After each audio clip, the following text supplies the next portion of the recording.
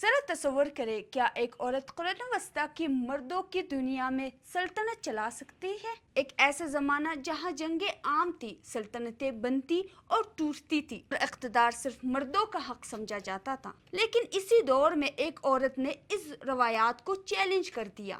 یہ کہانی ہے ملکہ اوریکا کی، جسے تاریخ میں اوریکا دی بولڈ یعنی بہادر اوریکا کے نام سے یاد کیا جاتا ہے۔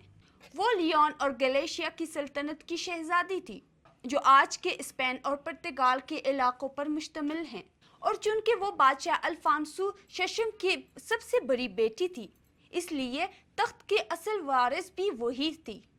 مگر ایک رکاوٹ تھی، اس دور میں ایک عورت کا حکمران بننا آسان نہیں تھا۔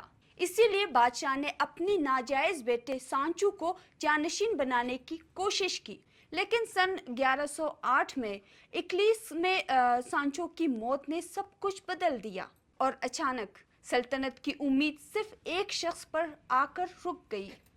اوریکا دربار نے ان کو قبول کیا، مگر ایک شرط کے ساتھ: دوبارہ شادی۔ ان کا خیال تھا کہ اصل طاقت شوہر کے ہاتھ میں چلی جائے گی۔ اسی سوچ کے تحت اوریکا کی شادی الفانسو اول سے کر دی گئی، مگر یہ رشتہ شروع سے ہی ناکام رہا۔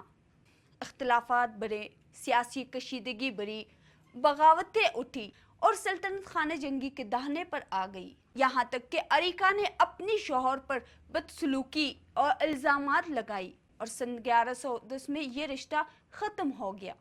یہی وہ لمحہ تھا جب ان کی اصل قیادت سامنے آئی۔ انہوں نے نہ صرف بغاوتوں کا مقابلہ کیا بلکہ اپنی سلطنت کو دوبارہ مضبوط بھی کیا۔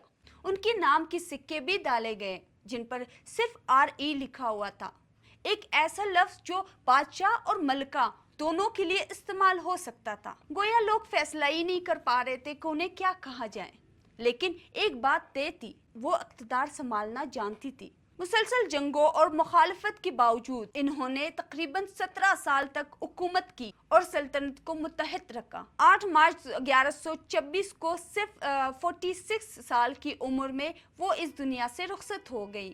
لیکن ان کی کہانی یہی ختم نہیں ہوئی، کیونکہ وہ صرف ایک ملکہ نہیں تھی، بلکہ ایک ایسی حکمران تھی جنہوں نے ناممکن کو ممکن کر دکھایا، اور شاید اسی لیے تاریخ انہیں آج بھی یاد کرتی ہے، ایک بہادر، زیرک اور ناقابل فراموش حکمران کے طور پر۔ اوریکا دی بولڈ۔ ملتے ہیں اگلے اسٹوری میں۔ اگر ویڈیو پسند آئے تو اس کو لائک کریں، شیئر کریں اور ہاں، سبسکرائب کرنا نہ بھولیے۔